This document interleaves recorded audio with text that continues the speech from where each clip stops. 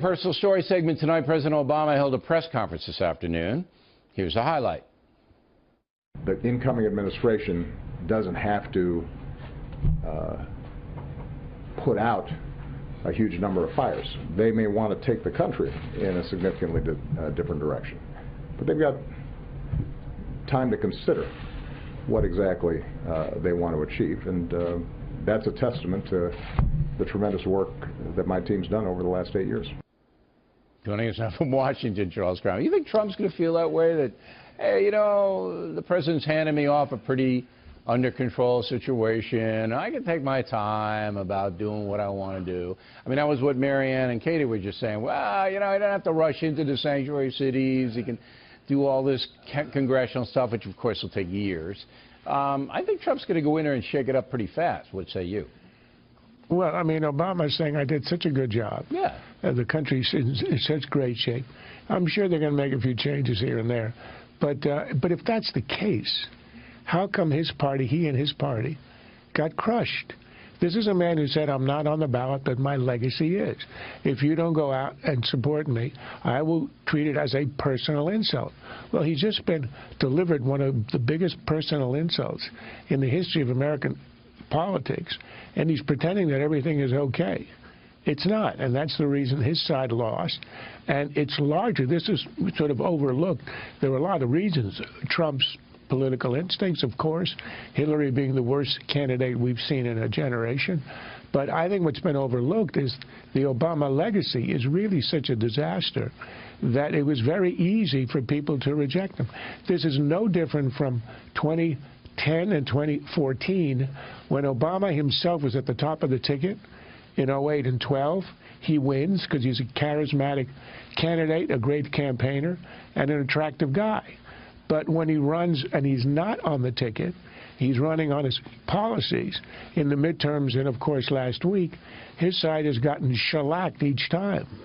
Okay, at the beginning of the program, and I wanted to get your opinion on this, and the talking points, I said that one of the reasons that Trump won was that more than 60 million Americans did not feel included in the Obama administration's policies. And it's ironic because the protesters now are going, oh, we're afraid that we're not going to have inclusion anymore. And they don't even know that half the country wasn't included in the first place. Am I crazy? No, I think look, everybody has their own, left and right have different definitions of inclusion.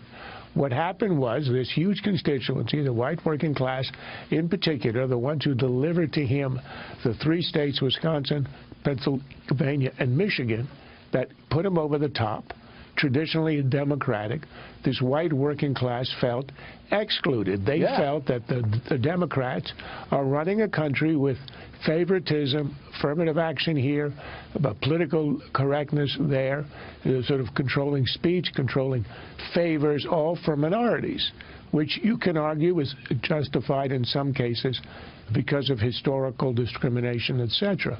But nonetheless, the one constituency in the country that was being economically crushed and kind of socially demoted was the white working class, and that was the appeal of Trump. That's how he won. So in a sense, they were excluded in that sense. That's right. Not deliberately, but by default. Everybody else got promoted, and they were left behind. It was delivered in some of the social issues like late-term abortion and things like that, and the Obamacare mandate that everybody had to follow what they wanted.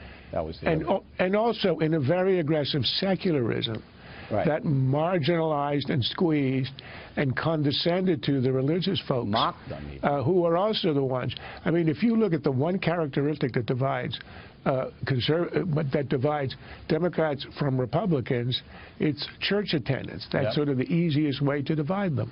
All right, I'm glad you agree with me finally on this exclusionary stuff, because I really felt that was an important memo. Thank you, Charles. Look, over time, you will eventually stumble on the truth, and it just happened again this week. Okay.